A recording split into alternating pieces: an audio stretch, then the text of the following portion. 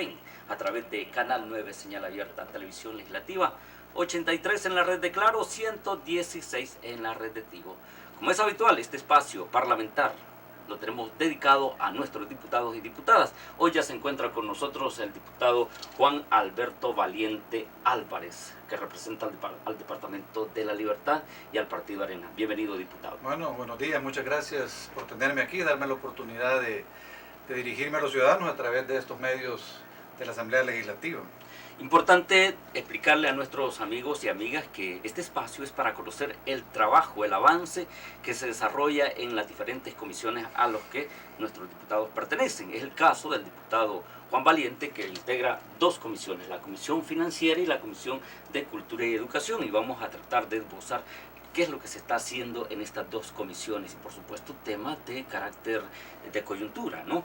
Vamos a conocer primero, diputado, está en la discusión una importante reformas a la ley de regulación de servicios informáticos sobre el historial crediticio de las personas. Quisiera conocer, diputado, para que nuestra ciudadanía conozca la importancia de estas reformas que se están discutiendo.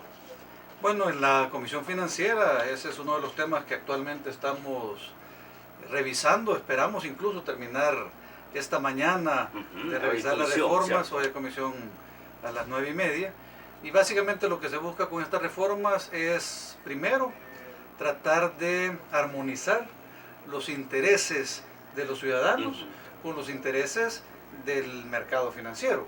No se trata ni de proteger exclusivamente a los ciudadanos en desprecio de las necesidades del mercado financiero, ni lo contrario. Y entonces por eso hemos decidido, por ejemplo, reducir el tiempo que permanece la información negativa de una persona que ha tenido problemas de crédito de 3 años a 2 años. E incluso si para solventar el problema de mora la persona paga el 100% de la deuda, ese tiempo se reduce a 1 año.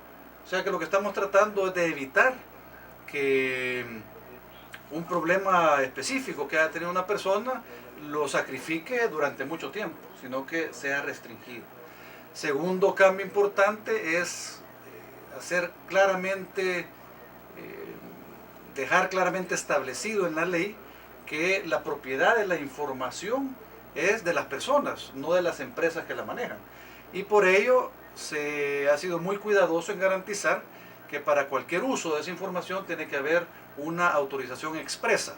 O sea que el ciudadano tiene que decirle a un agente económico, que puede ser una financiera, un banco, una empresa comercial, tiene que decirle explícitamente, no necesariamente por escrito, porque ahora tenemos medios electrónicos y con la recién aprobada firma electrónica, pues obviamente tenemos que movernos un poquito hacia ese espacio, pero el ciudadano tiene que expresamente darle la autorización al agente económico para que investigue su récord crediticio.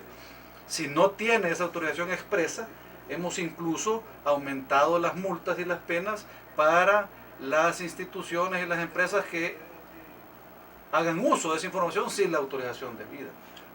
Esas quizás son las dos vertientes más importantes de las reformas que están en discusión. Por ejemplo, para que nos lo comprendan mejor nuestros ciudadanos, y a ver, ¿cómo lo ejemplificaríamos? Por ejemplo, yo, digamos, tengo un récord crediticio ahí negativo. ¿Cómo es el procedimiento que se va a hacer en este caso, por ejemplo? Bueno, digamos que una persona entra en mora. Eso quiere decir que no ha podido pagar las mensualidades a las que está obligado a pagar cuando ha adquirido una refrigeradora en una empresa comercial. Y entonces llega un momento en que después de varios meses de atraso, eso se convierte en una calificación de riesgo y la empresa tiene que empezar a asumir que es posible que ese dinero no lo recupere, entonces tiene que empezar a reservar fondos para pagar esa deuda. Pero para la persona lo que significa es que entra en un registro de datos, entra la información que dice Juan Pérez no pagó. Exacto. Y esa información negativa permanece en la actualidad en esa base de datos, en ese archivo, en ese registro, permanece 3 años. Hay otros países donde incluso permanece más. Nosotros creemos que al permanecer tanto tiempo, ciertamente la persona, aunque haya solventado la situación, Eso. o sea, la persona puede haber solventado la situación, pero la información negativa permanece 3 años. Eso quiere decir que la persona, si más adelante necesita, después de sacar la refrigeradora, sacar para comprar un televisor, pues seguramente la empresa comercial ya no le va a dar el crédito, porque va a ver en el registro que tuvo un problema crediticio y esa información negativa de la persona va a permanecer ahí 3 años. Lo que hemos hecho ahorita es reducir de 3 a 2 años, de forma que,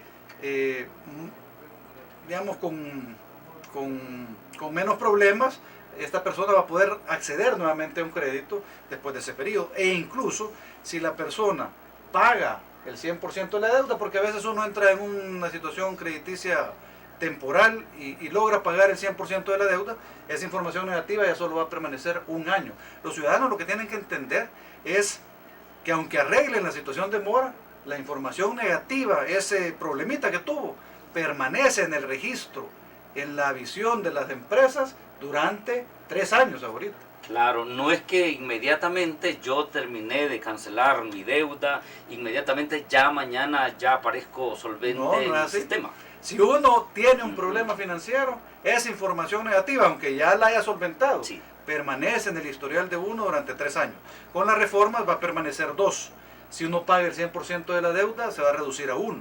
Y si el plazo de mora es relativamente corto, entonces el tiempo de permanencia en el archivo de la información negativa no puede ser el doble. Por ejemplo, si yo tuve 2 meses de mora y después lo puse al día, entonces la información negativa no va a poder permanecer en la base de datos más de 4 meses. Entonces lo que estamos haciendo es tratando de proteger los intereses de los ciudadanos, porque es indebido que por un problema específico y temporal se crucifique al ciudadano y se le ponga en la lista negra y se le dé sepultura, santa sepultura, porque ya nunca más va a poder acceder a un crédito. No, se trata de flexibilizar el sistema de forma que la información negativa esté el tiempo que parece prudencial, pero no mucho más allá. Y el otro tema que es importante es, explícitamente la reforma dice, esa información le pertenece al ciudadano. Y como le pertenece al ciudadano, si alguien más la quiere usar, tiene que obtener obligación expresa del ciudadano. Exacto, o sea, no puedo yo ir a preguntar a Juan Valiente, mire, deme el récord de Juan Valiente. No puede. Pero si Juan Valiente le autoriza a una empresa, ciertamente esa empresa va a poder pedir la información. Lo que ahorita se ha garantizado en la ley es que no se pueda presumir que hay autorización. O sea, que normalmente hay empresas que se dedican a manejar la información de créditos y hay otras empresas que se dedican a dar créditos, sea banco, financiera, una comercial, se dedican a dar créditos. Entonces, las empresas que se dedican a dar créditos le piden información a las empresas que manejan información. Ahorita se extendía una autorización genérica que permitía que la relación fuera como permanente. Con las nuevas reformas lo que le está obligando es que para la consulta tengo que dar la autorización expresa y para eso sirve. Si más adelante yo voy a pedir, después de la refrigeradora, quiero comprar un televisor, tengo que hacer una nueva autorización, porque no pueden usar la autorización anterior. Entonces lo que estamos tratando de proteger es que estas empresas no hagan uso de información propiedad de los ciudadanos, de información confidencial, a menos que uno así lo quiera. Claro, son reformas. A ver, hoy hay reunión de la comisión.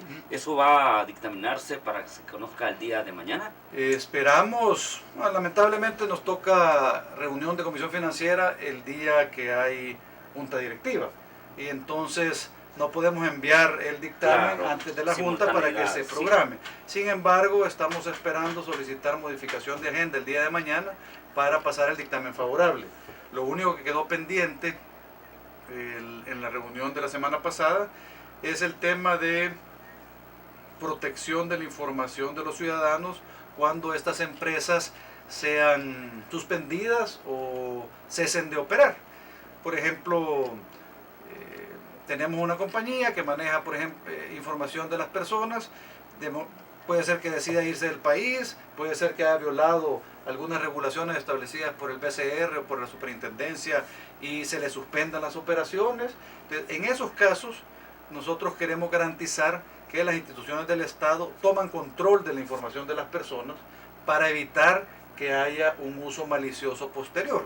Eso quiere decir que si una de estas empresas entra en problemas, nosotros vamos, le quitamos la información, la guardamos y la borramos de donde estaba, para evitar que las empresas a la hora de cierre de operaciones, a la hora de cese de funciones, puedan hacer alguna transacción comercial indebida con la información que es propiedad de los ciudadanos y que es confidencial.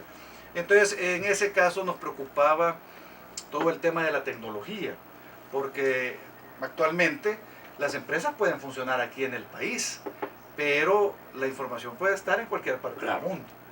Y además, como es información financiera, normalmente esa información no está almacenada o guardada de la forma que nosotros leemos y escribimos, sino que está encriptada. Lo que quiere decir es que está codificada de forma que alguien que la ve no la puede entender, a menos que conozca la clave de lectura.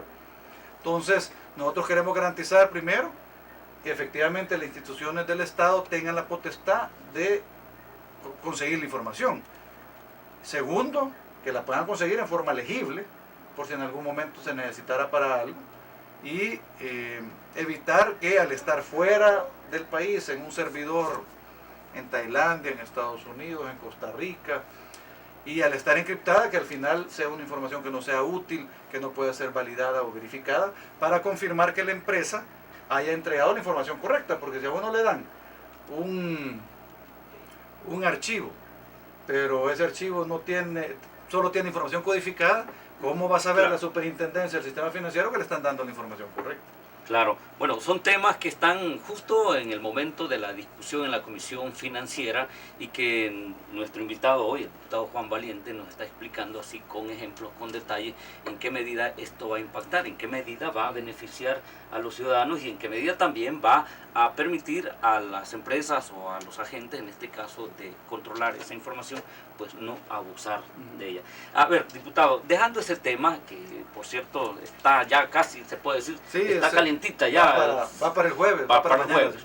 Bueno, esa otra de las herramientas, otro de los instrumentos que la ciudadanía va a contar ya para normar este tema.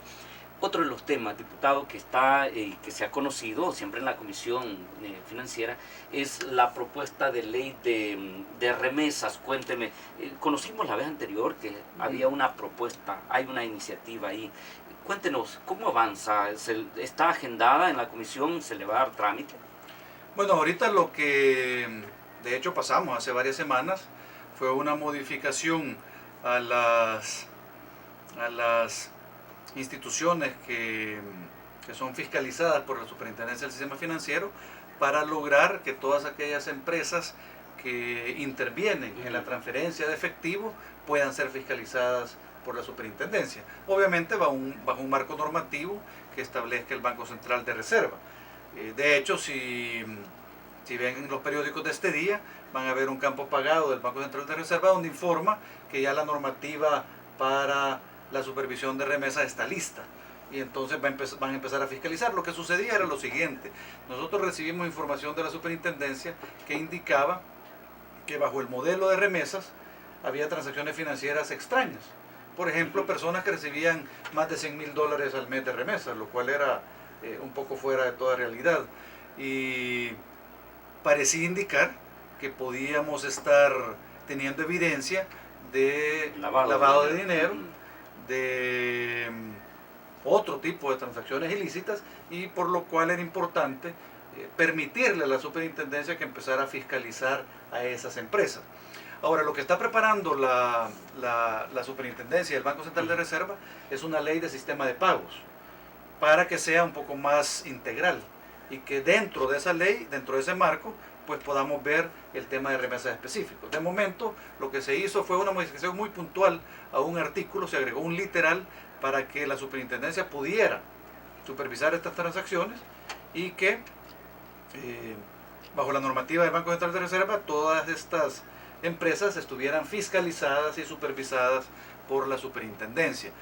Obviamente lo hicimos tratando de tener el cuidado debido para evitar que esto incomode o entorpezca las remesas genuinas que nuestra gente linda siempre le manda a sus familiares en el país. Eso obviamente es importante para el país y también es importante para las familias. Y en ese caso específico lo único que ahora se va a exigir es que se identifique la persona adecuadamente para saber de quién viene la transferencia y de quién va la transferencia. Pero fuera de eso no hay nada espectacular.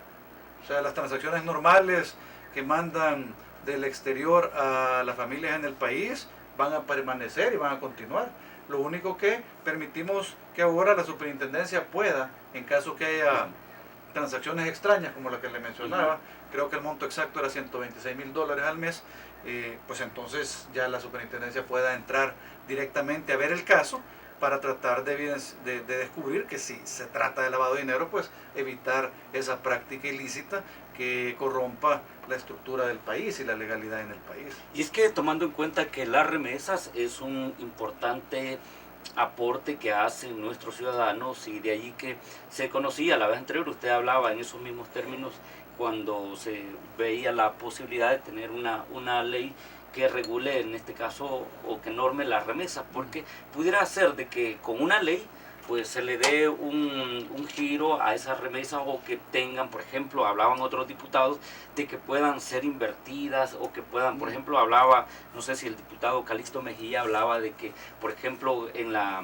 compra de bonos, por ejemplo, ¿no?, que pueda ser algo productivo y no tanto hoy, pues viene como viene, así se va, ¿verdad? En ese caso, pues se hablaba en esos términos. Bueno, hay propuestas, obviamente en la mesa de la discusión de la comisión hay un par de propuestas sobre el tema de remesas adicionales. Esas no las hemos discutido todavía. Ajá, claro. Están, ya entraron, pero todavía no están ni siquiera en agenda de momento. Yo creo que después de este tema del historial crediticio, lo que queremos en agenda es el tema de la ley de usura, la ley contra la usura, más que el tema de las remesas, porque la ley contra la usura lo que quiere evitar es que haya tasas de interés excesivas que afecten al ciudadano. Yo recientemente, hace unos meses, tuve contacto con una persona en Ciudad Arce a la que le cobraban cerca de 85% de tasa de interés al año, lo cual parece fuera de todo, pero sin embargo la ley ahorita permite hasta cerca de 200% al año en ciertas condiciones. El problema es que uno tiene que ser cuidadoso con el mercado financiero, porque si lo que queremos realmente es atacar a los usureros, que son los que a veces le prestan $1 y al día siguiente le piden 2, ¿verdad? Entonces esos cobran 365% al año.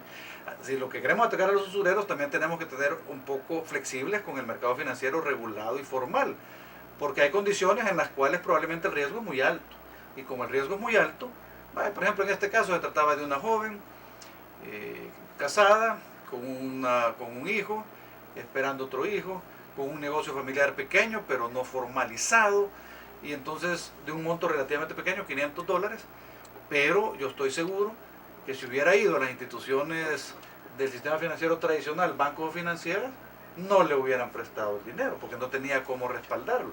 Entonces hay algunas cooperativas que dan ese servicio, si sin embargo lo dan a una tasa de interés que parece un poco alta, porque 85% suena alto, pero garantiza que al menos tenga ese ingreso para atender alguna necesidad particular. Si nosotros no lo hacemos bien y lo que hacemos es sacar del mercado a estas instituciones que ahorita prestan a esas tasas, es posible que lo que estemos haciendo es condenando al ciudadano a que vaya donde el usurero. Exacto. Entonces, una ley contra la usura acaba promoviendo que otra los usureros, práctica. Bueno, pero eso es lo que yo creo que es prioridad, en lo que he discutido con el presidente de la comisión, Francis Habla, creo que es lo que viene. Pero las remesas sí es un reto importante. Nosotros tenemos, obviamente, alrededor de $4,000 millones de remesas al año, y necesitamos convertir ese dinero, que ciertamente es importante para el país porque le da efectivo que luego nos permite que sea utilizado por el Estado para atender tantas necesidades, pues necesitamos que se convierta de un aporte al consumo a un aporte al ahorro y a la inversión. Claro. Y entonces hay un par de propuestas en la mesa que permitirían que las personas que reciben remesas puedan optar por invertir parte de esas remesas en inversiones. Lo que está en la mesa son títulos valores, por ejemplo, que se le permita invertir con un rendimiento un poco mayor que el promedio, digamos, del mercado. Creo que estaban hablando de 10%, y entonces que de esa manera nosotros fomentemos en el país el ahorro para que una vez que tengamos eso en el sistema financiero podamos incluso favorecer la inversión, que es lo que tanto necesita el país para generar trabajo. Entonces yo creo que ese es un reto interesante, importante, puede ser estratégico. Si usted habla con los economistas renombrados del país, cualquiera de ellos, lo que le va a decir es que en las remesas está posiblemente parte de la solución del problema económico del país, porque realmente tenemos un ingreso tan importante que es similar al presupuesto del gobierno del 2016, por ejemplo, que es en los mismos rangos, eso es lo que recibimos de los salvadoreños en el extranjero, y entonces podríamos hacer con ese dinero algo mucho más, que tuviera mucho mayor impacto para los proyectos de infraestructura que tenemos, los proyectos de desarrollo económico, pero hay que buscar la forma en que las personas se vean motivadas a ahorrar parte de esa remesa. Porque imagínense, bueno, cualquier ciudadano o ciudadana que tiene familiares en Estados Unidos y le venga por decirle una remesa de $100 partiendo, y que con ese incentivo o ese estímulo que se le diga a la persona, mire, con su remesa, si usted entra a este sistema, va a ganar el 10% en términos de un año, hombre, voy a tener eso, y ya eso va a venir de alguna manera a ayudarle a la parte económica. Sí, por supuesto. Imagínense que nosotros a través de Bandesal necesitamos promover el desarrollo de algún sector económico.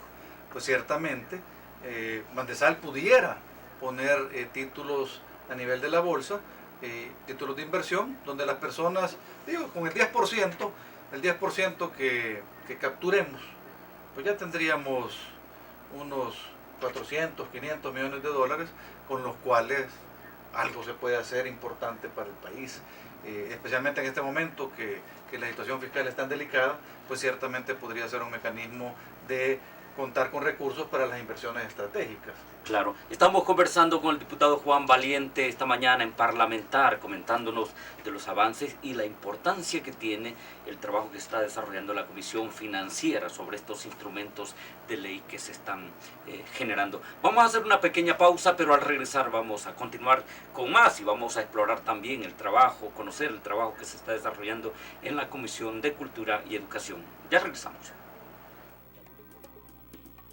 ¿Sabías qué?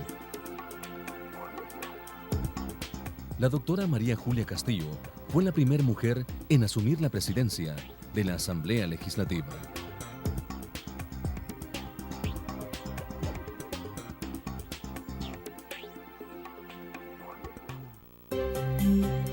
Asamblea para niñas y niños. Aprende con tu asamblea.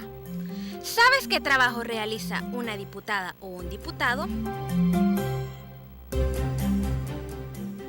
Las diputadas y diputados son personas que nos representan en la Asamblea Legislativa, pero para desempeñarse en ese cargo deben cumplir ciertos requisitos establecidos en la Constitución, tales como ser salvadoreños por nacimiento, con una edad mayor de 25 años, y deben ser reconocidos por ser ciudadanas y ciudadanos ejemplares y honrados. El trabajo que realizan es el de crear, estudiar y analizar las leyes que ayudan a mejorar la convivencia en nuestro país. Las diputadas y diputados estudian temas que nos involucran a todos los sectores de la sociedad, como la niñez, adolescencia, adulto mayor, mujeres, hombres, en fin, a todos los que vivimos en nuestro querido El Salvador. Ahora ya sé que las diputadas y diputados son personas que trabajan y nos representan en la Asamblea Legislativa, con el principal objetivo de crear y analizar las leyes del país. Asamblea para niñas y niños. Aprende con tu asamblea. Televisión Legislativa, La asamblea más cerca de ti.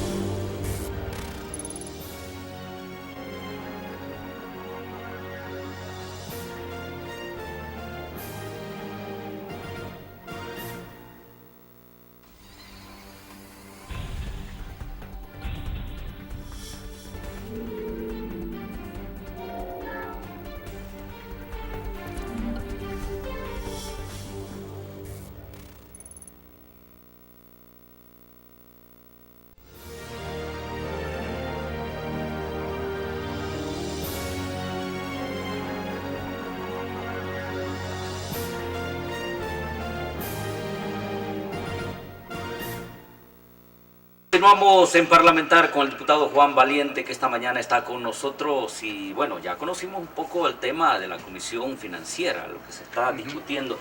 ¿Alguna otra temática que esté allí, que se nos haya quedado, diputado, que esté en propuesta en esta comisión?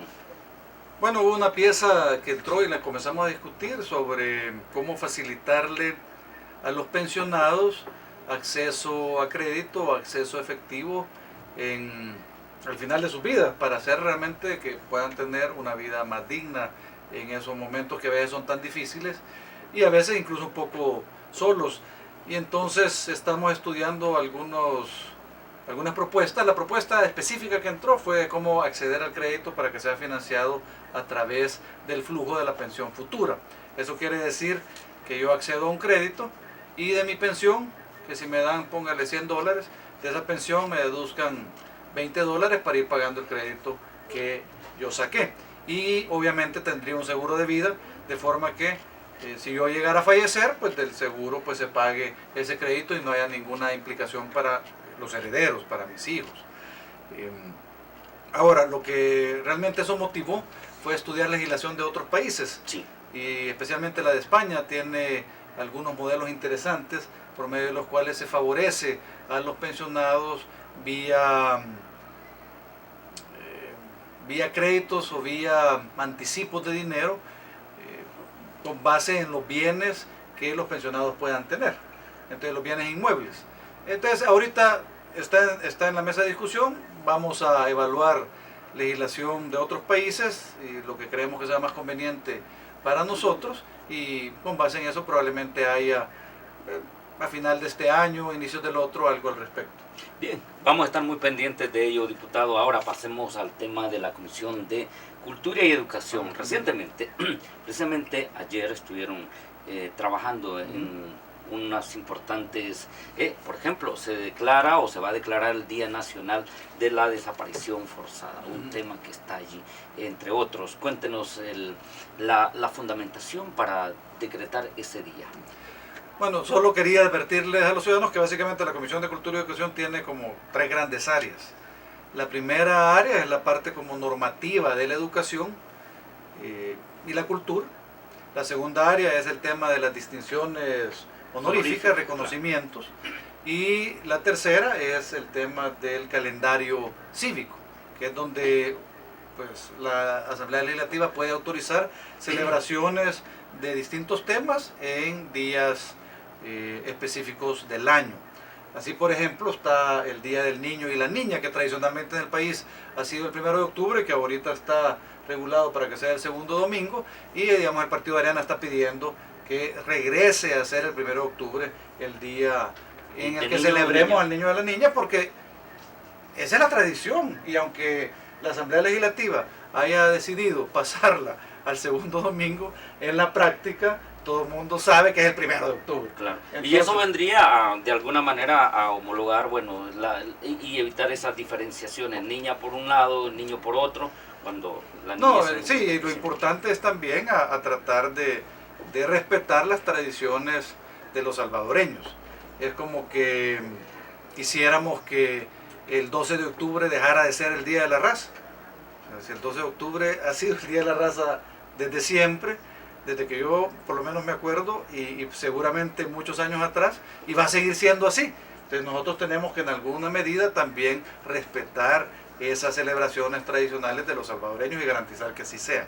Entonces en ese caso se nombró el día de ayer, el 30 de agosto, como Día Nacional de las víctimas de la desaparición forzada. ¿Sí? Esto está alineado a una celebración que empezó Naciones Unidas, que nombró el 30 de agosto Día Internacional contra las Desapariciones Forzadas, y se trata obviamente del tema de los crímenes de lesa humanidad. En nuestro país, por supuesto, que hemos sufrido muchas incidencias de este tema, y por eso es que se ha puesto en la agenda. Nosotros como Partido Arena queríamos que el día se llamara Día Nacional de la Persona Desaparecida, porque realmente en las piezas de correspondencia que habían presentado, en su gran mayoría de representantes del partido FMLN, únicamente se hacía referencia al tema del conflicto bélico. Y por ejemplo, nosotros actualmente en el país estamos sufriendo una cantidad importante de desapariciones a raíz de la violencia delincuencial de las maras, y entonces nos parecía que era importante tratar de tener un día que tuviera un enfoque mucho más amplio, que tuviera más amplitud y que reconociera esa calamidad, ese crimen de lesa humanidad aún en la misma actualidad, porque las familias igual lo sufren, igual lo sufrían en los años de la guerra, como igual lo sufren ahorita las madres que andan buscando a sus hijos que no los encuentran. Entonces nos parecía que podía haber un interés de manipulación. Tanto fue así que como los diputados del FMLN, que son miembros de la comisión, mencionaron el informe de la Comisión de la Verdad como insinuando que el caso de las desapariciones forzadas se refería a crímenes cometidos por el Estado. Incluso recordaron cuando el presidente Funes se disculpó por los crímenes que el Estado cometió durante la guerra. Pues me permití recordarles que en la guerra había dos partes en conflicto: el Estado, gobiernos del PCN, gobiernos transitorios, gobiernos del PDC, y que la otra parte era una guerrilla que llegó a ser el FMLN. Y el informe de la Comisión de la Verdad habla de crímenes de lesa humanidad del Estado y también del FMLN. Entonces, que si lo íbamos a nombrar, que fuéramos justos con la historia, y que ciertamente Arena apoya esa celebración porque estamos en contra de los crímenes de lesa humanidad, pero que también recordaran que Arena llegó a ser parte del Estado precisamente en los últimos 2 años del conflicto, y el énfasis importante de la gestión del primer presidente de Arena fue buscar la paz. Entonces vamos con ese dictamen para el día de mañana. Esperamos que en la discusión no se manipule la realidad histórica y que realmente logremos de alguna manera incorporar en el dictamen no solo a los salvadoreños que desaparecieron durante el conflicto bélico, sino también a los salvadoreños que siguen desapareciendo ahora en día y que causan tanto sufrimiento a las familias salvadoreñas. Bueno, ese dictamen se va a conocer mañana y hay que estar pendientes como la Asamblea Legislativa de su desarrollo de la sesión plenaria a través de los medios, tanto de la radio como de la televisión, derecho que tienen todos nuestros ciudadanos, y estar muy pendientes de lo que acá se aprueba, cómo impacta, cómo beneficia. En la medida que estamos informados, pues tenemos el derecho en un momento determinado de poder exigir también información. A ver, dentro de esta comisión, diputado, recientemente se han aprobado importantes normativas, ¿no? Por ejemplo, el hecho de garantizar la alimentación en los centros escolares. Es un tema muy importante porque tiene que ver con el desarrollo físico e intelectual de nuestros niños y niñas, ¿no? Sí, nosotros hace 2 semanas, se aprobó en el Pleno Legislativo unas reformas a la Ley General de Educación para tratar de incidir en el tema de la alimentación saludable. Había varias propuestas sobre la mesa, una propuesta del diputado Rodolfo Parker del PDC, otra propuesta del diputado López Cardosa del PCN, y sobre la base de esas propuestas salió el dictamen favorable de la comisión, básicamente tratando de fortalecer el rol del Ministerio de Educación y de la Comisión Nacional de Salud en los temas de alimentación saludable, que tuviera el Ministerio, con base obviamente en la CONASAN, más claro su rol para normar y regular el tema de la alimentación dentro de los centros escolares. Nos parece que sí debe ser un tema que los directores tomen en serio. Nos preocupa muchas veces que incluso el programa de escuela saludable, que incluye desayunos y que no en todos los días del año, pero en casi todos los días del año, a veces se lleva a cabo sin la adecuada supervisión. Entonces tienen que ser alimentos que nutran, que sean saludables, que sean inocuos, que no dañen el organismo. Y entonces en ese contexto se hizo esta reforma para permitir que el ministerio tenga más herramientas de control. De hecho había una regulación, pero era de hace como 30, 35 años, sobre el tema de los cafetines escolares, que daba un marco normativo al ministerio, pero sentíamos que era demasiado débil.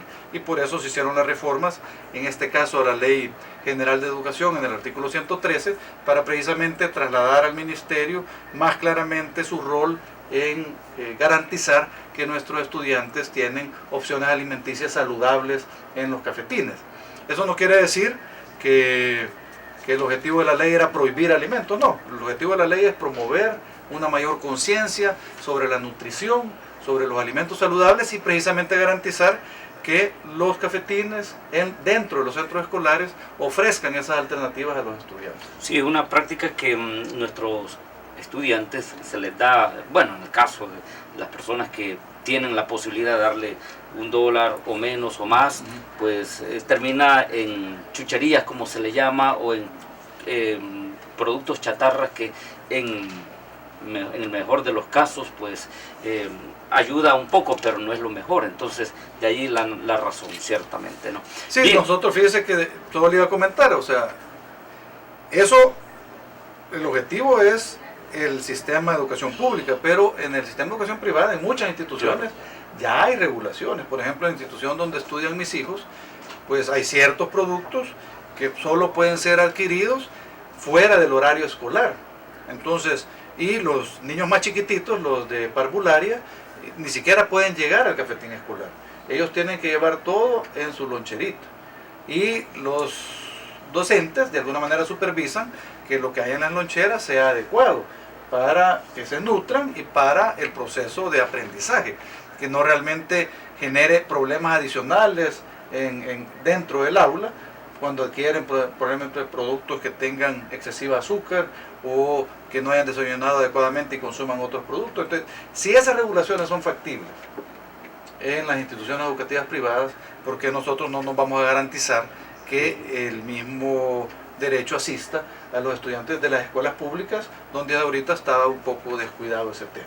Bien, son elementos que se han aprobado ciertamente, sí, eso ya se aprobó. Y eso pues vendrá o será responsabilidad en este caso del Ministerio de Educación, cómo garantice, y por supuesto el llamado a los padres de familia, porque en todo caso los padres de familia somos los que debemos garantizar ciertamente la alimentación. Si puede haber lleno, tapizado por decir algo, la escuela o el centro escolar o el colegio, pero si como padre de familia dice, mire, usted va a comer esto o le pongo esto, y de ahí y además fíjese que esto tiene una implicación adicional, y es que cuando los estados empiezan a tomar mayor responsabilidad sobre el tema específico de la alimentación de los niños, pues las empresas también se ven forzadas a empezar a ofrecer productos mucho más saludables. Claro.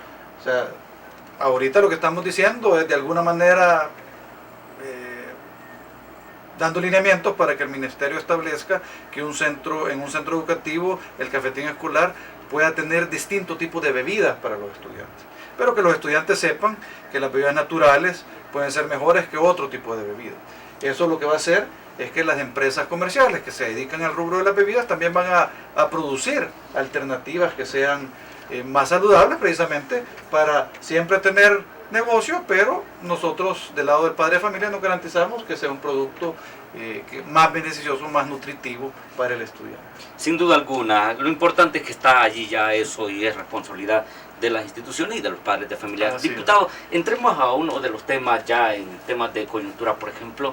Hay dos temas que me gustaría conocer su opinión. Uno es la discusión del presupuesto. Ya mañana es sesión plenaria. Cuénteme, para mañana, ¿cómo se visualiza este tema? ¿Va a haber discusión ya, no? Bueno, todavía no hay dictamen favorable de la Comisión de Hacienda para el presupuesto 2016. Nosotros realmente creemos que habría que darle un poquito más de discusión a ese tema. Ciertamente estamos al final del mes, llegando a final de mes y se nos acaba el plazo para aprobar el presupuesto. Pero déjeme decirle un par de cositas sobre el presupuesto. En lo personal, yo he planteado a los diputados de mi fracción legislativa que aprobemos el presupuesto. El presupuesto 2016 que el gobierno nos ha puesto en la mesa es muy parecido al presupuesto 2015. O sea, no tiene cambios sustanciales prácticamente en nada. Y el 2015 lo votamos. Tuvo el apoyo del partido Arena. Entonces, si ya hemos votado por el presupuesto, pues yo no veo inconveniente en que le demos el beneficio de la duda al gobierno. Al final es el ejecutivo el responsable de la ejecución. Tiene francos errores, y ya le voy a mencionar algunos. Tiene francas omisiones, y ya se la voy a mencionar.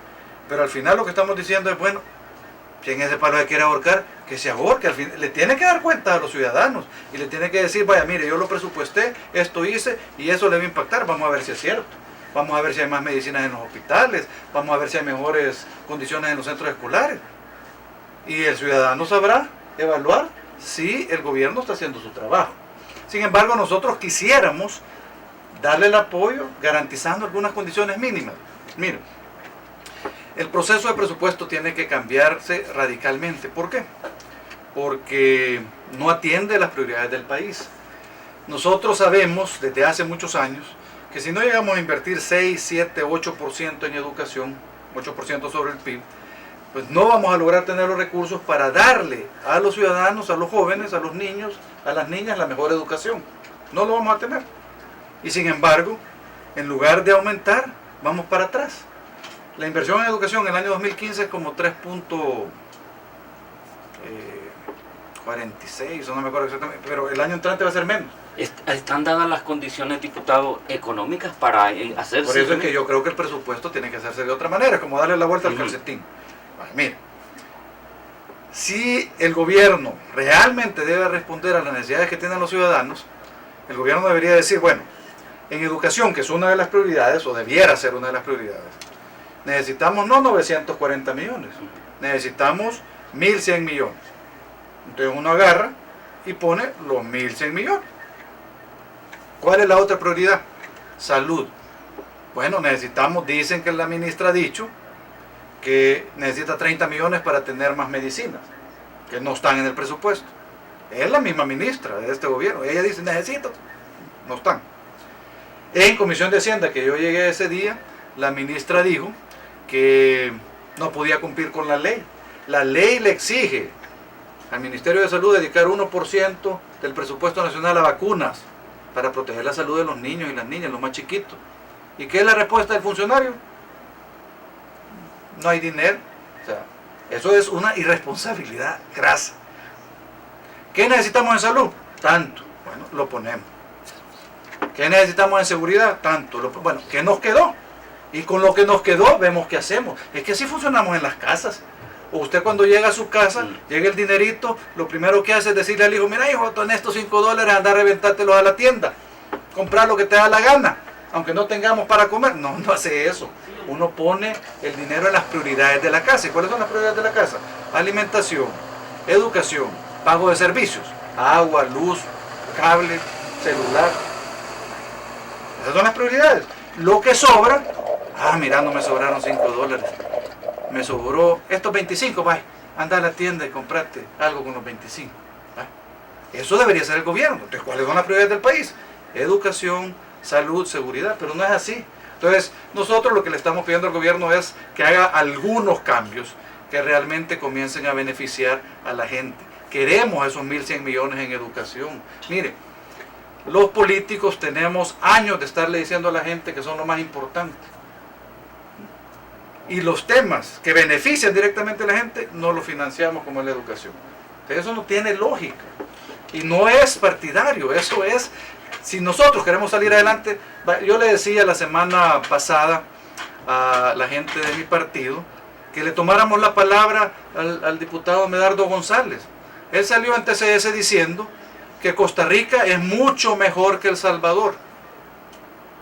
No dijo que el FMLN quisiera un país como Costa Rica, pero lo puso como que fuera un estadio, en un estadio de desarrollo, Costa Rica era mejor. Entonces yo le planteaba a mi partido, miren, tomémosle la palabra al diputado González y digámosle cómo logramos avanzar hasta Costa Rica. Pongámonos de acuerdo en eso. Y cuando lleguemos ahí, hablemos de lo demás. Pero por lo menos pongámonos de acuerdo en eso. ¿Y qué es lo que ha hecho Costa Rica? Mire, Costa Rica tiene como 50 años de estar invirtiendo seriamente en su gente en educación.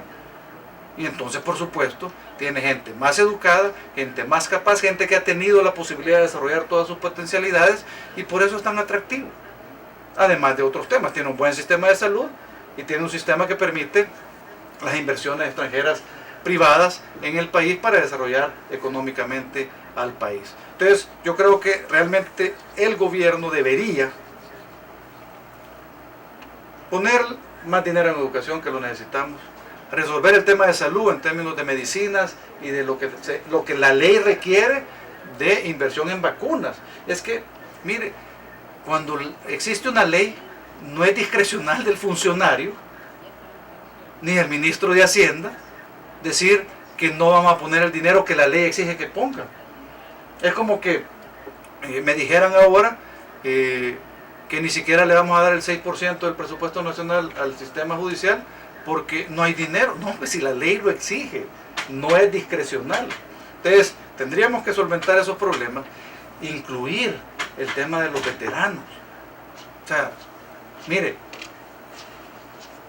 al país le van a dar fuego si se sigue sin atender el problema de los veteranos. Y no está en la ley, no está en el presupuesto. El problema de la seguridad. Nos llenamos la boca diciendo que necesitamos un El Salvador seguro. Pero ¿qué de El Salvador seguro en el presupuesto? Nada. Nada de El Salvador seguro.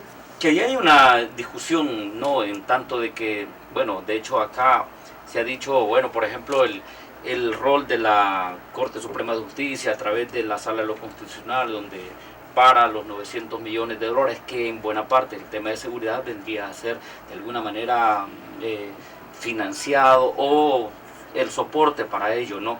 Pero también se está hablando de otras iniciativas, bueno, lo que recientemente se aprobó también, nosotros, ¿no? Lo que estaba haciendo la Sala de lo Constitucional no tiene nada que ver con los 900 millones. Lo que estaba haciendo la Sala de lo Constitucional es diciendo que hay indicios de inconstitucionalidad en esa forma de actuar de la Asamblea.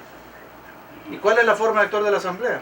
Miren, en la Asamblea, durante una misma sesión, uno puede reconsiderar un tema N veces y votarlo N veces y vale la última. Eso es lo que está haciendo la Asamblea. Normalmente se hace 2 veces o 3, pero eso es lo que está haciendo.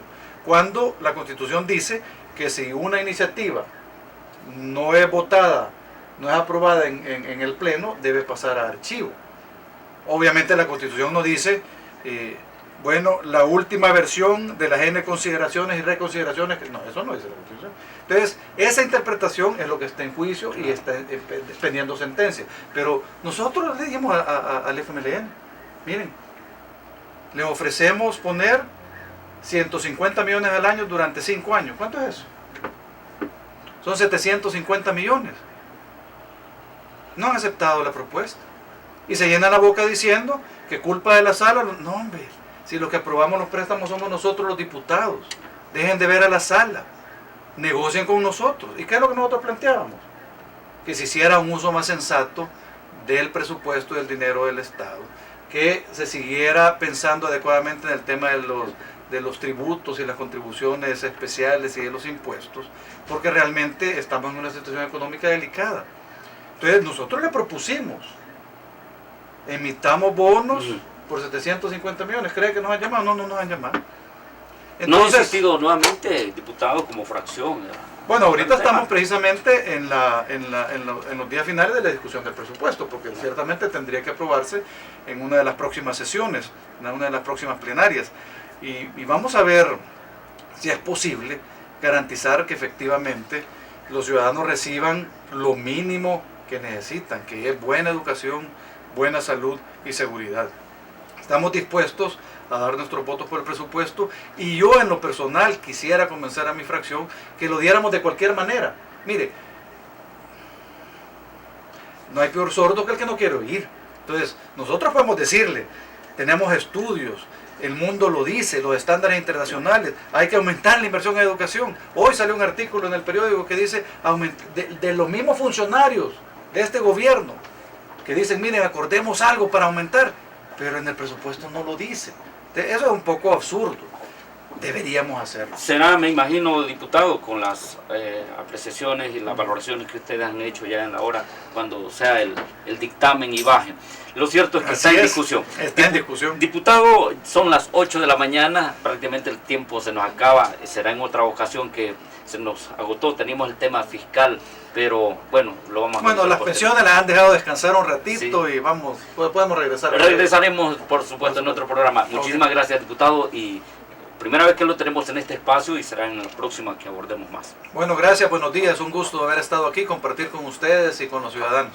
Claro que sí, muchísimas gracias, y estas son las herramientas que nos permite trasladarle a los ciudadanos lo que piensan, lo que sienten nuestros diputados y diputadas. Continúen con más de la programación de Radio y Televisión Legislativa. Buen día para todos y todas.